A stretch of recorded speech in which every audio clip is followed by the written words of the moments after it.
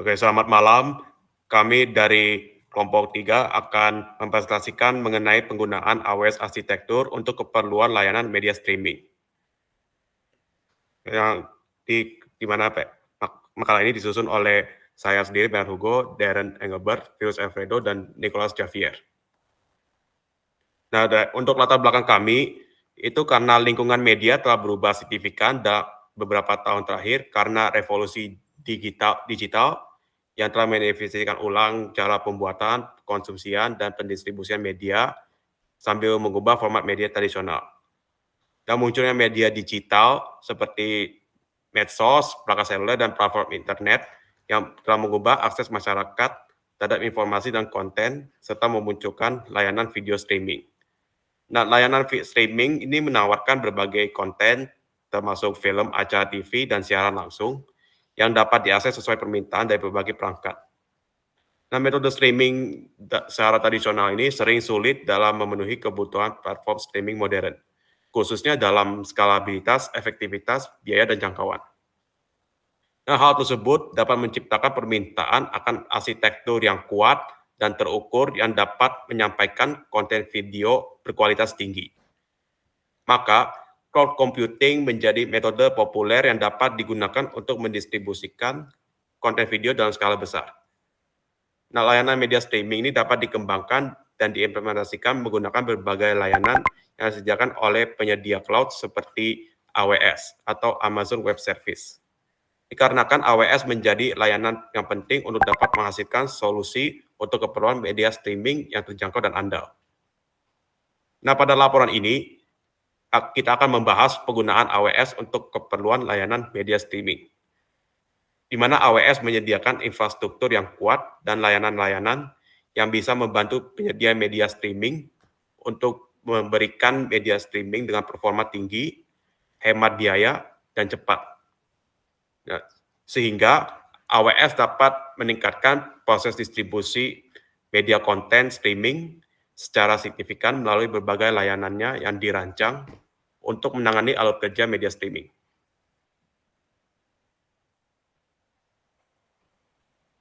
Berikutnya ada bagian metodologi. Nah, ini untuk bagian metodologi, tadi kan Berat udah jelasin tuh semua tentang latar belakangnya. Nah, sekarang saya akan lanjut ke bagian metodologi ya. Jadi metodologi ini, eh, dia tuh bakal ngejelasin cara-cara penelitian kita. Jadi, ya ini nanti di bawah, coba scroll ke bawah lagi.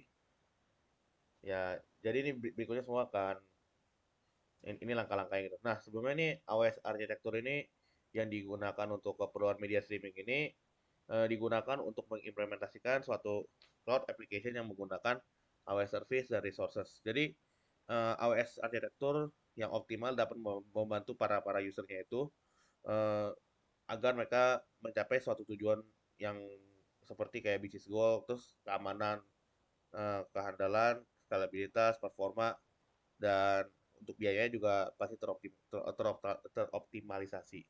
Jadi sehingga AWS arsitektur memiliki keefektifan dan keefisienan untuk mencapai satu goals. Nah, scroll ke bawah lagi tuh, itu AWS arsitektur yang media streaming gunakan. Jadi media streaming itu gunain arsitektur tersebut. Dan untuk bagian di scroll bawah lagi saya akan jelaskan per bagian gambar-gambarnya. Jadi ya tadi kan gambarnya sudah kan tuh AWS arsitektur. Jadi ini ada fitur-fiturnya di bawah untuk bantu para usernya biar media streaming kalian tuh tetap nyaman dan eh, apalagi efektif dan efisien juga. Jadi fitur-fitur berikutnya. Jadi fitur pertama nih browser. Ya ini browser kayak umumnya ya kita doang gitu kayak user gunain app web apa ya web ya kayak aplikasi web lah, kan ada banyak ya sekarang ya. Terus yang kedua tuh ada AWS Shield yang gambarnya ada gambar kayak thumbnailnya gitu. Ini digunakan untuk agar aplikasinya tidak diserang oleh DDoS. Yang ketiga tuh ada AWS CloudFront. Jadi ini merupakan layanan CDN, fungsinya untuk mendistribusikan konten ke pengguna dengan latensi yang rendah. Scroll bawah lagi. Nah, ini ada Amazon S3 Web Application Bucket. Di sini tuh semua ya tempat penyimpanan aplikasi web doang. Nah, ini yang kelima juga Amazon API Gateway. Di sini sebagai gerbang menerima permintaan API dari user untuk diautentikasikan dan yang kemudian akan diteruskan ke fungsi selanjutnya. Nah, terus ini yang keenam ada AWS Lambda. Jadi dia ada dua function ya, di situ ada primary function dan regional function. Yang primary function ini digunakan untuk menjalankan main logiknya gitu. Sementara regional ini digunakan untuk logic-logic yang daerahnya ditempati oleh Lambda. Yang ketujuh itu ada Amazon DynamoDB, cuman digunakan untuk menyimpan dan mengirim data ke service dengan latency yang sangat rendah atau yang lebih rendah daripada sebelumnya. Lanjutnya yang ke-8 itu ada Amazon CloudWatch. Di situ ada events. Events itu digunakan untuk mengirim update yang terjadi dari suatu event ke service lainnya. Dan ya tadi CloudWatch juga ada dua ya, event dan scheduler. Scheduler ini untuk mengatur jadwal doang. Yang ke-9 itu ada source of inventory. Jadi itu AWS Media Service digunakan untuk mengatur siaran.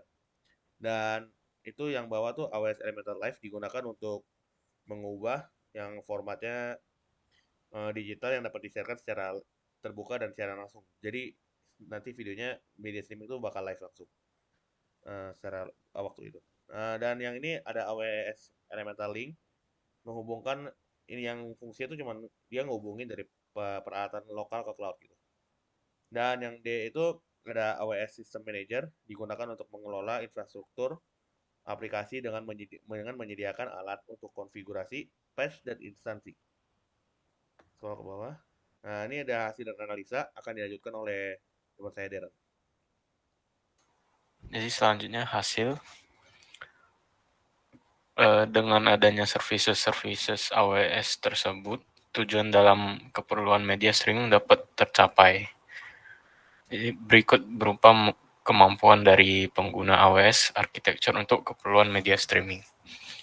Jadi yang pertama ada content delivery and web hosting, di mana CloudFront memiliki peran penting dalam menyimpan konten, mengurangi latensi, dan meningkatkan pengalaman pengguna, dan mendukung streaming video, aplikasi web, dan pengiriman konten statis.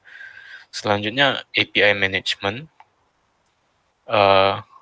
Jadi ada Amazon API Gateway yang berperan penting dalam penyebaran dan manajemen API. Dan menyediakan fitur throttling, caching, dan manajemen API.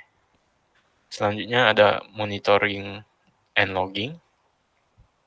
Nah, di sini Amazon CloudWatch mengumpulkan dan melacak metrik log aktivitas dan event, memungkinkan pemantauan infrastruktur yang komprehensif, serta mengirimkan respons otomatis terhadap perubahan melalui alarm dan event.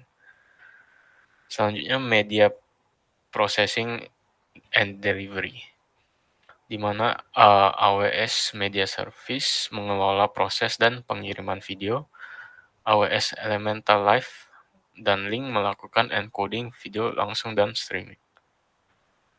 Dan selanjutnya real-time inventory management yang mengumpulkan dan menyimpankan data secara real-time dan memungkinkan pemantauan aktivitas dari data tersimpan dalam S3 bucket.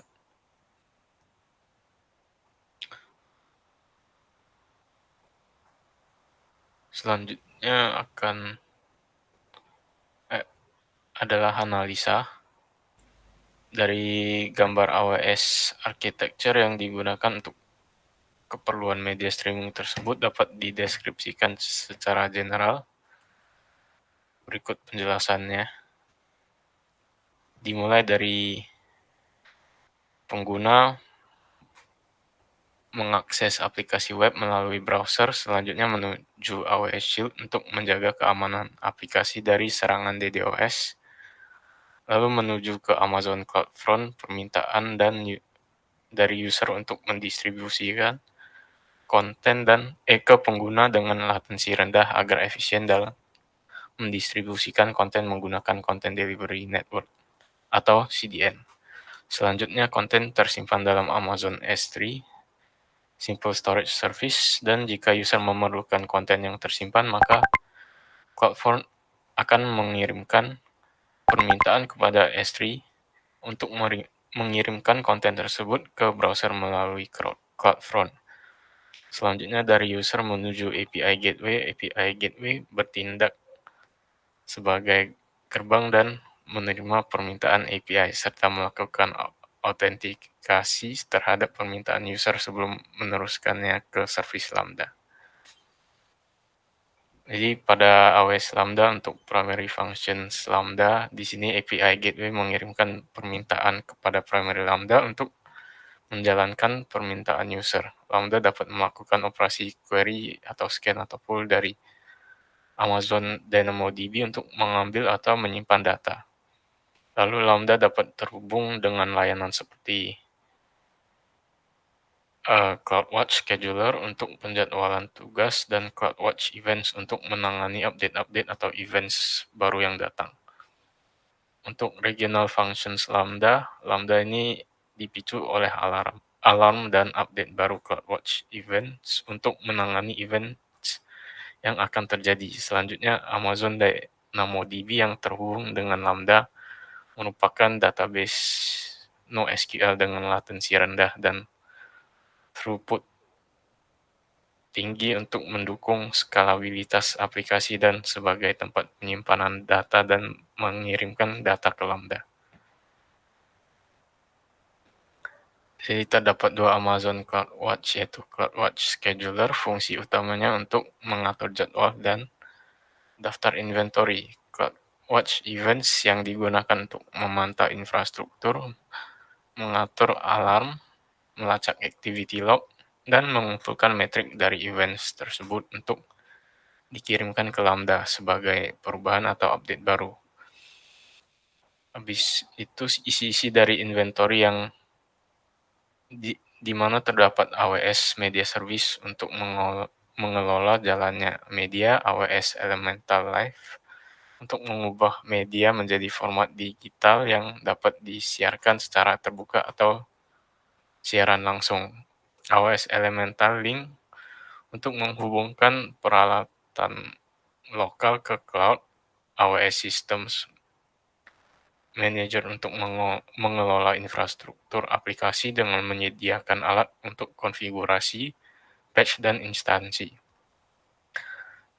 Setelah itu ada browser sebagai responsi, di mana jika permintaan dari user sudah terpenuhi, maka akan dikirimkan data-data tersebut ke browser, sehingga user menerima data-data permintaan user.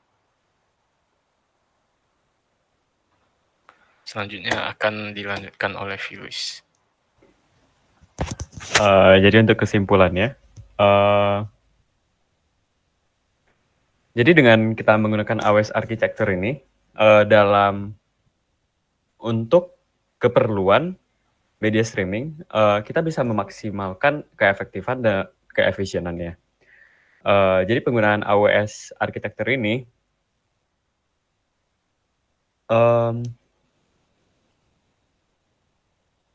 dapat memenuhi tujuan untuk mencapai membantu para user dalam mengelola keperluan media streamingnya. Jadi ini juga dapat membantu menjaga keamanannya dan kenyamanan dalam penggunaan, skalabilitas yang cukup baik, dan datanya sudah tersusun karena kita juga ada menggunakan ini ya, Amazon DynamoDB yang nanti bakal diatur oleh AWS Lambda-nya. Jadi ya cukup datanya bakal tersusun rapi. Dan jika user membutuhkan datanya, tinggal di request. Requestnya bakal dikirim ke CloudFront, dan dari CloudFront itu bakal kirim ke service lain, baru menuju ke DynamoDB. Nanti dari DynamoDB bakal kirim lagi ke CloudFront, dan dari CloudFront itu bakal kirim kembali ke browsernya. Jadi browser itu sebagai user, jadi datanya bakal kembali ke usernya.